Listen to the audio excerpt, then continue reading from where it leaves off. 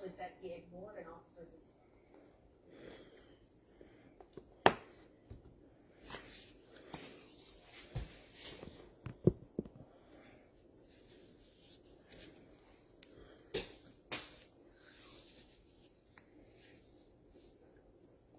Good afternoon. Good afternoon. Since the post yesterday, we got a lot of questions yesterday about starting an assisted living. I got a lot of inboxes about people just inquiring about how to start an assisted living, and they said they've been getting a lot of seeing a lot of ads for people for coaching on how to start assisted living, like coaching, different consultants. People will help you set up your assisted living. And I was just telling them, like, man, a lot of these coaches out here, they're charging, $10,000, $20,000, $30,000 to set up, to teach you how to set up an assisted living. That money that you're paying them doesn't go towards your licensing fees, doesn't go towards the application process. It doesn't go towards your policies and procedures. They don't walk you through the licensing process. So I don't really know what they're getting, what you're paying for. But I'm going to tell you like this. If you're going to spend $30,000, make sure that's on a deposit for a property. Don't get no $30,000 to no coach to help you, to teach you how to learn, to teach you how to start an assisted living. Don't give nobody $30,000 to teach you how to do that. Because the information that they're giving you is already available.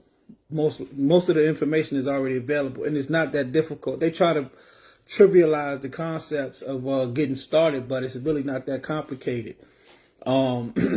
If I were just getting started and I was looking to get into the assisted living business, the first thing I would do. So if I had my own property, first thing I would do, I would convert my own property. If I had a single family home, not a townhouse, not a condo, I can't do it in an apartment building. But if I had a single family home with no HOAs, or the HOAs wasn't going to stop me, I would go ahead and license that property. Now, if I was in a situation where I couldn't turn my actual home, my actual single family home into assisted living, and I had to go out and get another property, and I didn't, and if I couldn't buy because I just bought my own property or something like that, and I wanted to still get into the business, two things I would possibly try to do. I would work with a landlord, somebody who already has a property that fits my criteria. Let them know what type of business I'm trying to do. Let them know what I'm trying to do with the property. Work with them, tell them everything up front. And remember that landlords are business people as well. So if you explain the business to them, let them know that you're going to be the operator. You're going to be a long-term tenant for their property. They'll be more willing to work with you. So let them know exactly what you're doing. Let them know you want to lease their property for the next 5 to 10 years as an assisted living, not as a market tenant. And let them know you're willing to pay above market value for that property to lease their property. That's the second way I would do it. First way I said I would just rent my own, turn my own property. If I had a single family resident, I would convert that into my first assisted living. If I didn't have that option, I would work with a landlord. The third thing I would do, if I didn't have either one of those options, I would approach a distressed facility. And I can show you how to find distressed facilities. It's distressed facilities in every market. There's always a distressed owner to every business. You just got to know where to find them at. So what do you do with a distressed facility? You approach them. They probably don't got no residents. They're licensed, but they might not even have a business going anymore, but they still gonna have a license. They're old, they're retiring, they want to get out the industry, whatever the case may be. Instead of giving the coach $30,000 or $30,000 to get started, you give that to them, to a new existing facility. An existing facility, so you can come in and be the new owner. You don't take no 30. If you giving $10,000, $20,000, $30,000 to a coach, and you not securing the property, and you don't even have a property secured, something's wrong. And it should never be a reason for you to give somebody $30,000, $10,000, $20,000 to help you get set up. If you're starting from scratch and you using your own property, or you go to a landlord, the next money you should be spending is on renovating the property, getting like grab bars. You might have to update the bathroom, get specific furnishings and stuff like that. Because we talking about residential assisted living. I'm not talking about like a big facility, a big building or anything like that. I'm talking about converting single family residents into assisted living facilities. It doesn't take that much. It's not as complicated as people think. The hardest part usually for everybody to get started is getting the property. Once you get the property, you over halfway there. Because getting the license, that's not that complicated. If you got all your documents in order, you set up your company correctly. Usually the licensing agencies want to see LLC, EIN, business plan, a financial plan. Doesn't mean you have to show any bank statements, anything like that. They just want to see that you had a financial plan outlined. They want to see an organizational chart. They're going to want to see your policies and procedures and all the documentation that you're going to be using with your staff and your mainly your residents. And that's it. All of that you could buy from me. All the documentation you could buy from me. So you could take what you get from me. And if you have 30,000, you have 10,000, you have 20,000 to give a coach, put that on a deposit. Like I said, put it with a landlord. Let them know that, hey, look, I want to be a long-term tenant. I'm willing to put down a big deposit. A distress operator, somebody who has a facility, but they're no longer interested in being in the business, and you can put together 10, 20, 30,000. You take that to them. Say, look, I'll give you such and such amount of money. We get on to buy them out, give them a nice deposit, and y'all do a lease option where you're going to buy them out within the next 7 to 10 years, or you're going to roll over into a traditional mortgage so you can get them a balloon payment over the next 5 to 7 years. And you'll be paying them monthly, making monthly payments until then, based on the money that their business is generating you. So again, I just wanted to hop on here because we got a lot of questions yesterday about how do I start from scratch? How do I start an assisted living?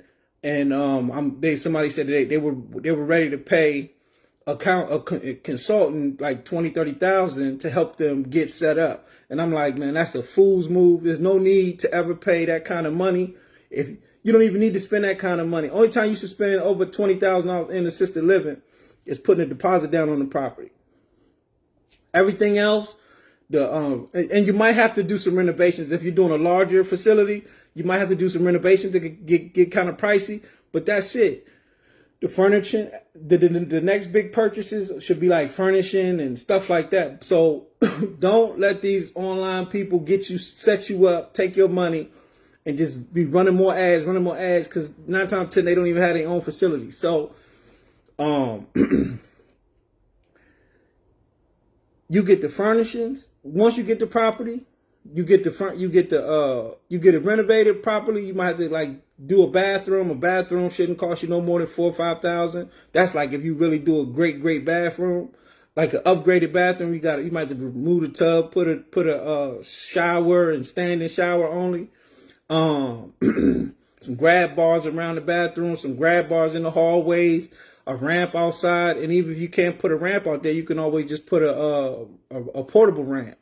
So there's just a lot of different ways that you can go about it without having to spend a whole lot of money. It's not it's not like a really expensive business startup once you have a property. The biggest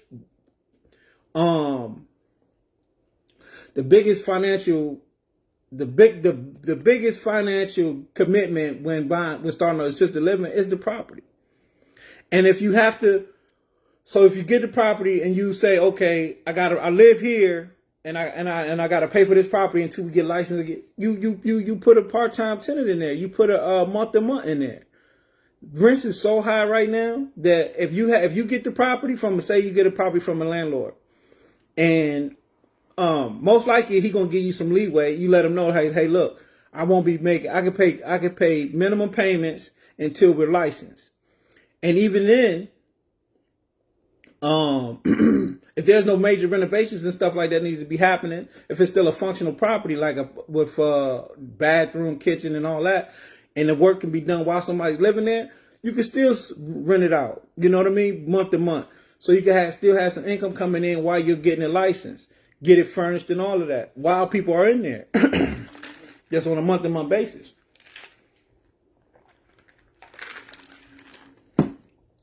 So you just gotta be, kind of clever in how you get set up and what your options are. But there's never a reason to pay. You should never have to pay 10, 20, 30,000 just for this information. The information, the hard part is getting the property. And there's 3 ways you could do that. 3 easy ways you could do that. You could use your own property. Or if you say you're not a homeowner yet, you haven't been through the first, you're not like a first time home buyer, and you can qualify for that program, go ahead and get into the first time home buyers program.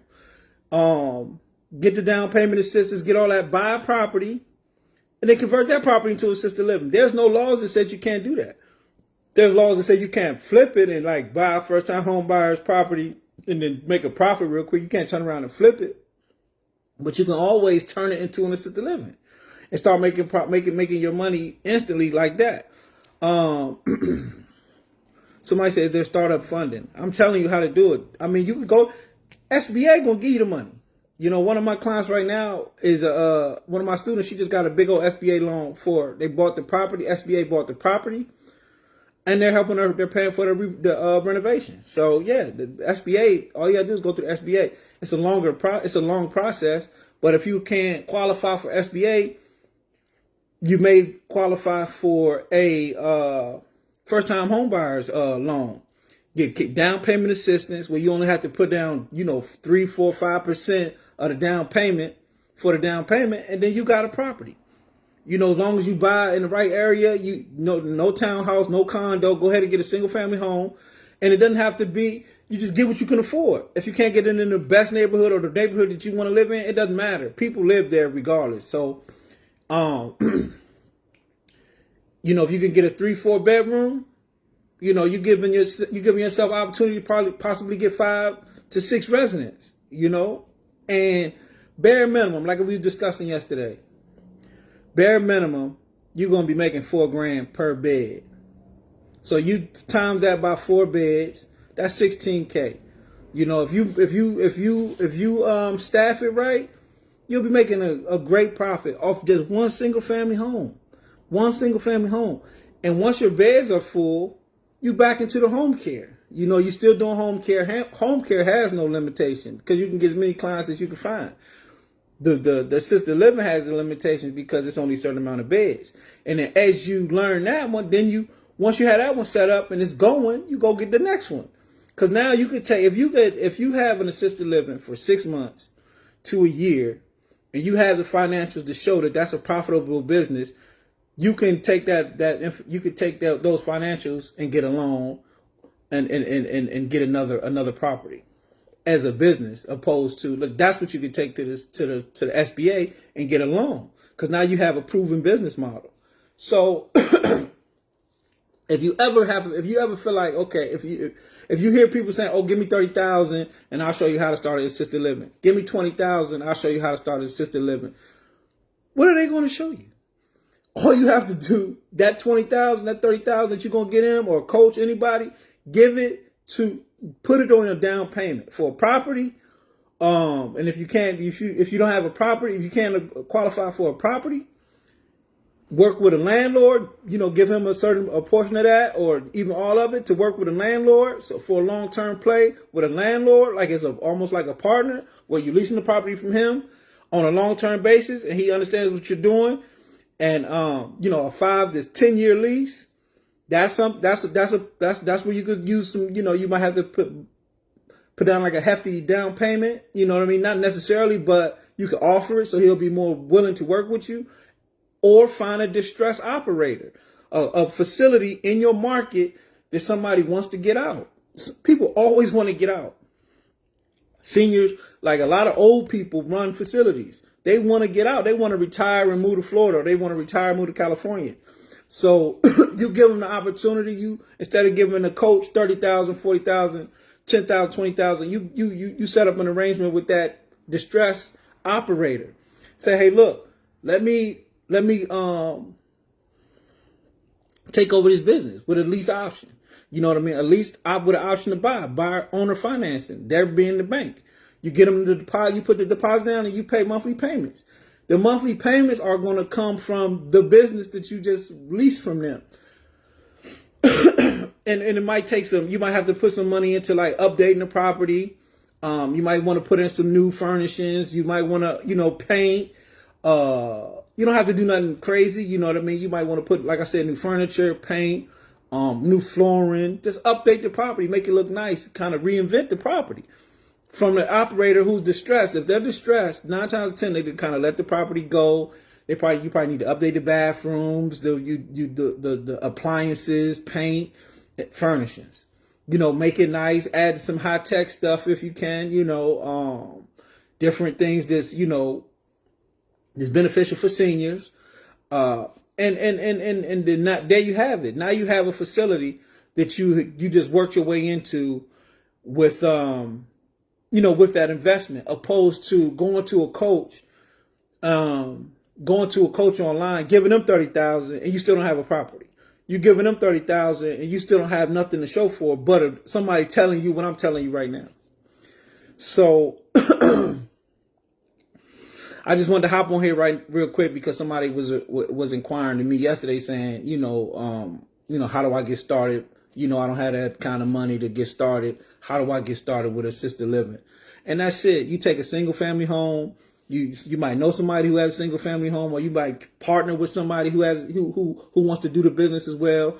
You had a deposit. They got the credit. You got the credit. They got the deposit. Y'all come together. Y'all get a property like that. It's a single family property like that. So it's just a lot of different options to get it, to get a property. Because once you got a property, just make sure you try to get at least 4 bedrooms. All the bedrooms have at least 120 square feet for double occupancy bedrooms, and then the single room beds got to be at least 80 square feet. Try to get at least 4 bedrooms. And don't worry about being in the most upscale neighborhoods. That's not important. You want to get the best neighborhood that you can afford. But in every community, seniors live. Every community that you find, seniors live in. So you're not going to go in no neighborhood where ain't no seniors in. So as long as you can get in those neighborhoods, buy property in the neighborhood where other seniors live, you will find seniors that want to live there. And you get a traditional mortgage. Say you get the house for 300,000 or 250,000 or 275,000. 275. Your mortgage is going to be a little high right now because of the interest rates. But one resident going to cover your mortgage. One resident going to cover your mortgage. You can have money left over. Two residents at $4,000. That's eight grand. Your mortgage $2,000. You got $6,000 left for that month. Utilities, food, staff, all of that gonna go to that. Then you still got 2 empty beds or 3 empty beds, and then you just mark it, and until you fill a house up. So it's like it's not that complicated. The hard part is always getting the property. What I see people struggling with is getting the property. Once you get the property, the licensing process is usually easy or simple or not as complicated.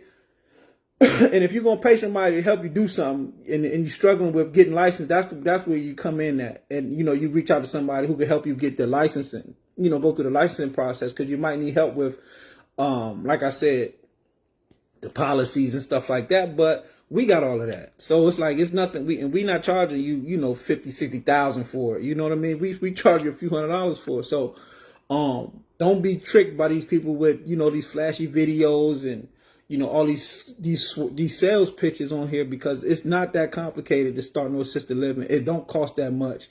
And, like I said, if you're going to spend 30,000 or 40,000 on a coach, you better think twice and put that 30,000 and 20,000, 10,000 towards a property, a down payment on a property from an owner, a landlord, a distressed operator, somebody who already owns a facility who wants to get out, or buying your own property through like the first time home buyers program. That's it. So that's the way to go with this. And it's super lucrative. Like, it's super lucrative. If we getting calls from people on a daily basis, we don't got every bed is filled. The beds stay filled. So they got to get live-in care. So when they get live-in care, like I was saying yesterday, they spending $5,000,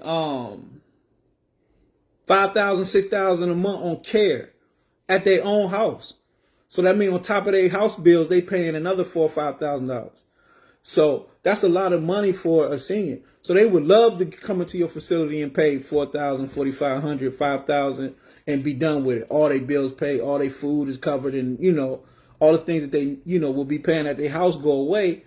They don't have to pay the taxes on the property no more. 9 times out of 10, they're gonna sell it, or the kids gonna have something to take it over.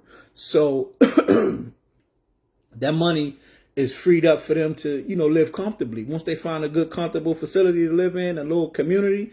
Now that's most seniors don't want to go nowhere into these big facilities where they gonna get lost in the sauce, right? All these big facilities with they got bands and pianos and cafeterias. That's corporate.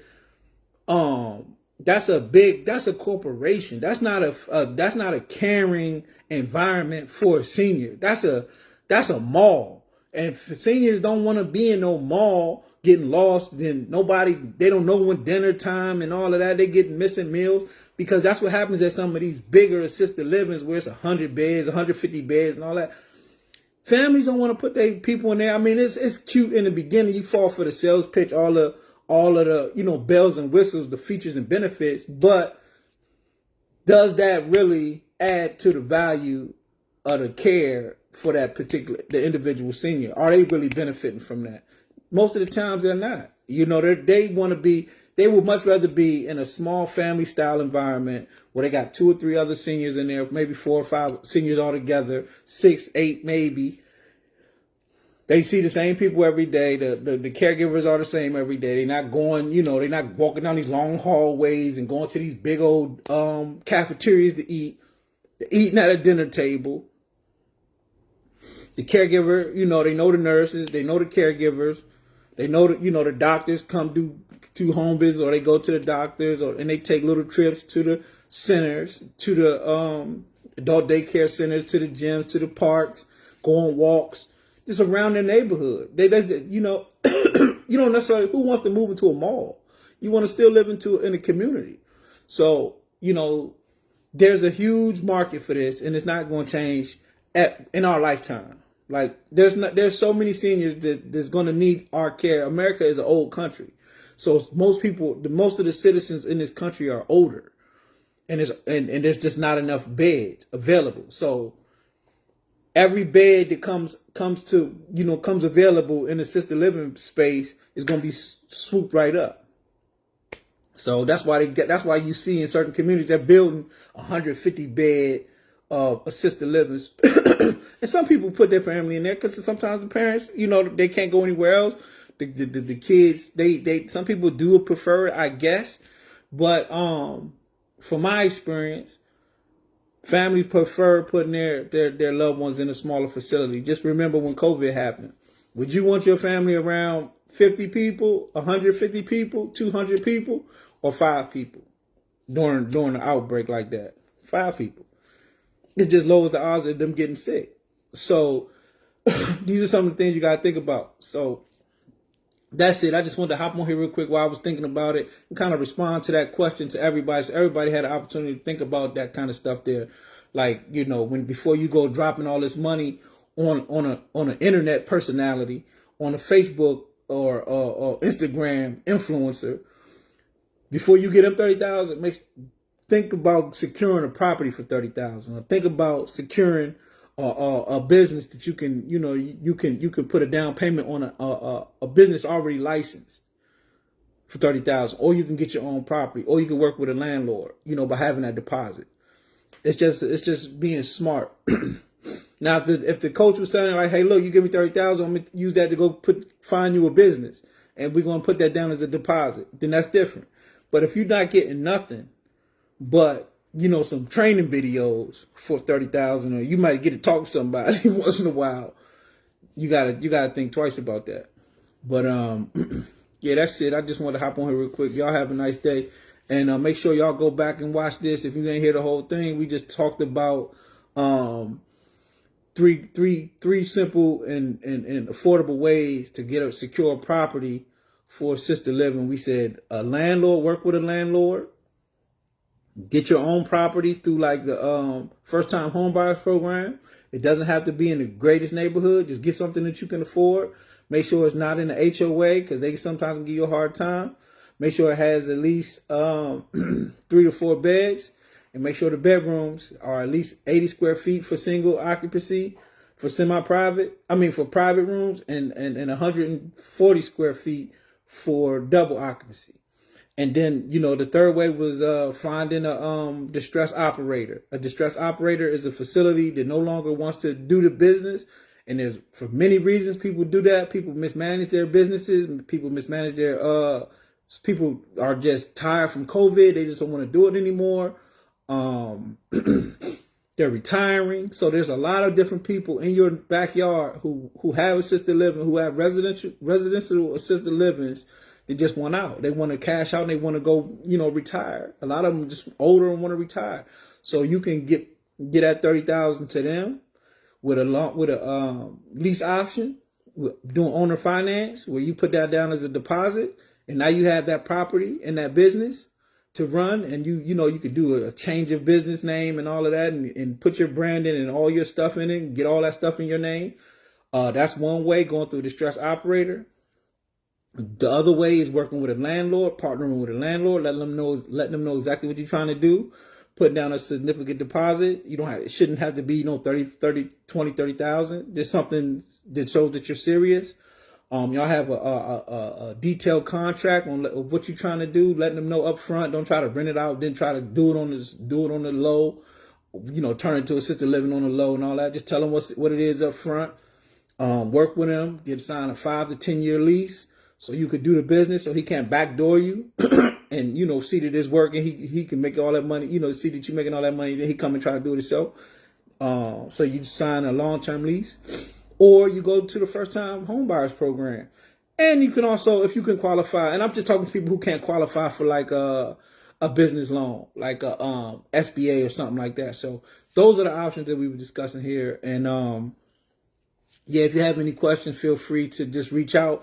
And then we also had the assisted living business kit right there for a discount for the day. So if you want the business kit, the assisted living business kit with everything you need, policies and procedures, business plans, all your documents to run your houses day to day, from meal plans, all the documents for intake, contracts, everything you need for marketing, everything you need is in that business plan. So that business kit,